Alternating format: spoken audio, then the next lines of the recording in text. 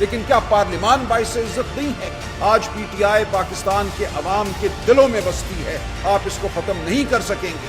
کتنے لوگ ہمیں سارا دن سینکڑوں ہزاروں مجھے میسج آ رہے ہیں کہ ہم سڑکوں پہ نکلنا چاہتے ہیں۔ میں ان کو یہی کہتا ہوں کہ آپ کا فرض ہے اب نکلنا سڑکوں پہ۔ 9 مئی بہانہ تھا، نشانہ عمران خان تھا۔ کیا تم کوئی مقدس گائے ہو؟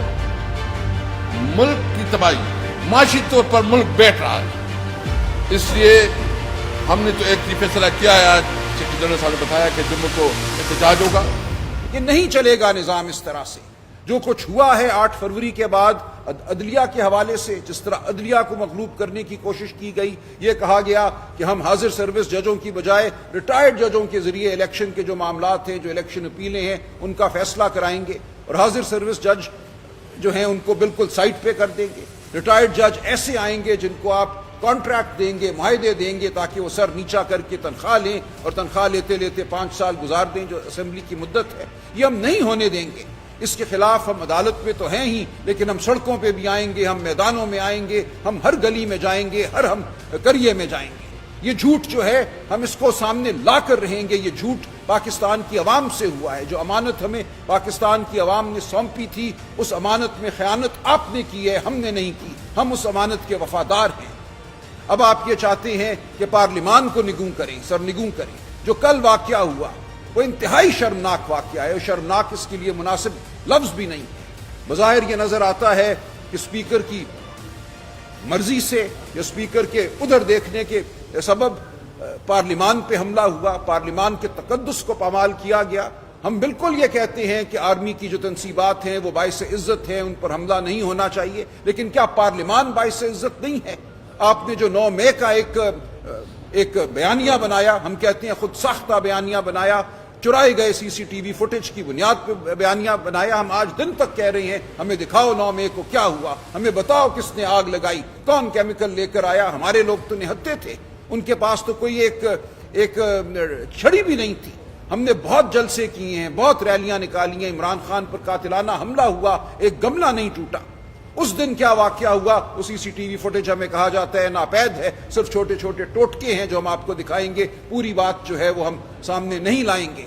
اور آدھا سچ جھوٹ ہوتا ہے، آدھا سچ ہمیشہ پورا جھوٹ ہوتا ہے۔ تو اس جھوٹ کی بنیاد پر آپ ایک جمہوری جماعت کے پیچھے پڑ گئے، جو پاکستان کی سب سے بڑی جماعت ہے۔ آپ سمجھتے ہیں کہ آپ اس کو ختم کر دیں گے؟ آپ ایسا نہیں کر سکیں گے۔ یہ کوئی طالع آزما تاریخ میں نہیں کر سکا۔ بہت سو نے کوشش کی کہ ججوں کو مروب کریں، بہت سو نے پھانسیاں دیں، بہت سو نے سیاستدانوں کو ہٹانے کی کوشش کی، ان کی زندگی تک لی، لیکن وہ جماعتیں قائم رہیں، کیونکہ جب جماعت عوام کے دل میں جگہ کر لیتی ہے تو کوئی طالع آزما، کوئی طاقتور اس جگہ کو ختم نہیں کر سکتا۔ آج PTI پاکستان کے عوام کے دلوں میں بستی ہے، آپ اس کو ختم نہیں کر سکیں گے۔ آپ ہوش کے ناخن لیجئے۔ آپ نے جو پارلیمان پہ حملہ کیا، اور ایک وہ پارلیمان جو 8 فروری کے فراڈ کے بعد جو 9 فروری کی رات آپ نے کیا، اس فراڈ کی بنیاد پر قائم ہے۔ اس سے بدستور آپ قانون سازی کراتے ہیں، کبھی آپ ریٹائرڈ ججوں کو بلاتے ہیں الیکشن ٹرائیبیونل کے طور پہ، اب آپ چاہتے ہیں کہ آئینی ترمیم کریں۔ یہ آئینی ترمیم کرنے کا طریقہ نہیں ہے۔ خدا را آپ یہ سمجھ لیجئے کہ دھونس سے، مار پیٹ سے لوگوں کو اٹھا کر آپ جب آئین کی ترمیم کریں گے تو نہ آئین کی کوئی وقت رہے گی، نہ پورے نظام کی کوئی وقت رہے گی۔ ہم کیسے لوگوں کو روکیں گے؟ اس وقت ایک لاوا ہے جو باہر ابل رہا ہے۔ اتنے لوگ ہمیں سارا دن سینکڑوں ہزاروں مجھے میسج آ رہے ہیں کہ ہم سڑکوں پہ نکلنا چاہتے ہیں۔ میں ان کو یہی کہتا ہوں کہ آپ کا فرض ہے اب نکلنا سڑکوں پر۔ ہم عدالت میں بحث کر چکے اور کرتے رہیں گے۔ ہم پارلیمان میں بھی بات کرنے کے خواہش مند ہیں، لیکن آپ تو پارلیمان پہ بھی حملہ کرتی ہیں۔ تو اب کون سا راستہ رہ جاتا ہے پاکستان کی عوام کے لیے؟ ہم کسی کے راستے میں کھڑے نہیں ہوں گے۔ یہ ہر فرد کا میں سمجھتا ہوں اب ایک فرض ہے، ایک فریضہ ہے کہ وہ باہر نکلے اور اپنی آواز بلند کرے۔ عدلیہ کو اگر آپ معطوب کرتے ہیں، پارلیمان کو اگر آپ معطوب کرتے ہیں، تو پھر سڑک کے علاوہ، میدان کے علاوہ کوئی جگہ نہیں رہ جاتی ہے جہاں پاکستان کے عوام اپنی آواز بلند کر سکیں۔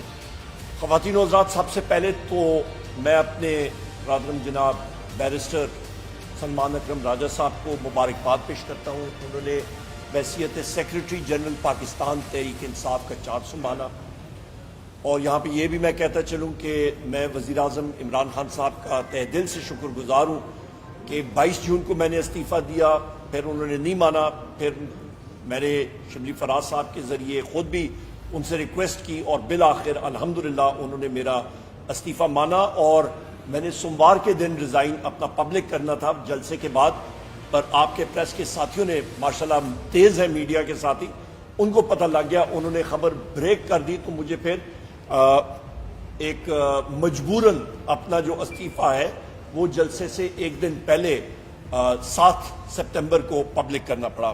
بیرسٹر صاحب آپ کو بہت مبارک ہو، سب سے بڑی پارٹی پاکستان کی، اس کا بہت بڑا اعزاز ہے۔ خواتین و حضرات، یہاں پہ میں یہ بھی بات کہتا چلوں کہ ہمارا جو جلسہ تھا 8 سپتمبر 2024 کا، اس نے پاکستان کی عوام کی اور بین الاقوامی دنیا کی آنکھیں کھولی۔ اس سے پہلے سوابی میں اسپیکر صاحب کے حلقے میں جو جلسہ ہوا سوابی میں، اس نے کھولی۔ ہر ہتھ کنڈے استعمال ہوئے کہ لوگ نہ پہنچ سکیں۔ اسپیکر صاحب کا، شاہرام خان صاحب، عاطف خان صاحب یہ پیچھے رہ گئے۔ 60 کلومیٹر طویل قطار جو تھی موٹر وے پہ، وہ پیچھے رہ گئی۔ ہم لوگ بڑی مشکل سے موٹر سائیکلز پہ وہاں پہ پہنچے۔ یہی وہ سلسلہ تھا جس کا آج ہم لوگ ابھی خمیازہ بھگت رہے ہیں، اور وہ کیسے؟ سب سے پہلی بات یہ ہے کہ قومی اسمبلی پاکستان کی تقریباً آپ کی 25 کروڑ لوگوں کا گھر ہے۔ اس گھر کے اوپر کل اور آج صبح حملہ ہوا۔ یہاں پہ میں کہتا چلوں کہ 9 مئی تو بات لوگ سارے کرتے ہیں، 9 مئی بہانہ تھا، نشانہ عمران خان تھا۔ 9 مئی کا آج تک ایک بھی ڈاکیومنٹری CCTV فوٹیج کہیں پہ نہیں آئی۔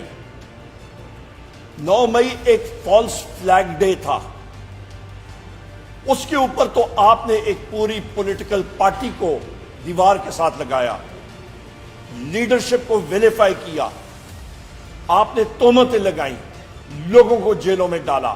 آج بھی ہم لوگ کیسز بھگت رہے ہیں۔ پر خواتین و حضرات، آپ کے توسط سے میں اس فارم 47 کی حکومت اور اسٹیبلشمنٹ سے بحیثیت leader of the opposition demand کرتا ہوں کہ جو 9 سپتمبر تھا، یہ بلیک فلیگ ڈے تھا، یہ سیاہ دن تھا کہ پاکستان کی تاریخ میں بغیر وارنٹس کے انٹیلیجنس ایجنسیز کے ایجنٹس اور آپریٹیوز 4 ویگو ڈالوں میں آتے ہیں،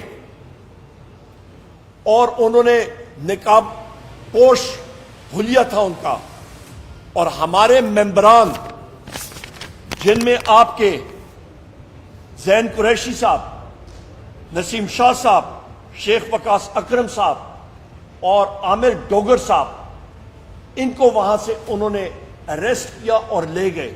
اور اس سے پہلے شام کو ہمارے چیئرمین پاکستان تحریک انصاف کے بیرسٹر گوہر علی خان صاحب، جناب ایڈوکیٹ شیر افضل مروت صاحب، جناب ایڈوکیٹ شعیب شاہین صاحب کو ان کے دفتر سے اٹھا کے لے گئے۔ دل جمی کے ساتھ، کیا کہتے ہیں، ڈٹائی کے ساتھ، اور آپ کہتے ہیں کہ نہیں، یہ جو آپ نے اس جلسے پہلے، اب دیکھیں جلسہ ہو رہا ہے، پوری پنڈی ڈویژن اور اسلام آباد کو سیل کیا گیا، پوری پنڈی ڈویژن اور اسلام آباد کے لوگوں کو یرغمال بنایا گیا تھا۔ کیا NOC نہیں ملی تھی؟ کیا اسلام آباد ہائی کورٹ نے ہمیں ڈائریکشن نہیں دی تھی؟ کیا اس میں کوئی ایک ایسا کام ہے جو انلیگل اور غیر قانونی تھا؟ اور اس میں آپ نے جو رکاوٹیں کھڑی کی، آپ نے تو توہین عدالت تو آپ نے کی ہے، قانون کے خلاف ورزی آپ نے کی ہے۔ میں تو سمجھتا ہوں کہ ہمیں سب سے پہلے IGP کے خلاف اور جو کمشنر ہیں ان کے خلاف جو ہے نا عدالت میں جانا چاہیے، اس کے خلاف FIR درج کرنا چاہیے۔ قانون کے خلاف ورزی تو انہوں نے کی۔ اچھا، آپ جو ہے نا پھر کہتے ہیں کہ ہمارے نام نہ لو۔ کیا تم کوئی مقدس گائے ہو؟ ملک کی تباہی، معاشی طور پر ملک بیٹھ رہا ہے۔ پاکستان کی تاریخ کا سب سے بڑا سکینڈل گندم کا آیا پنجاب کا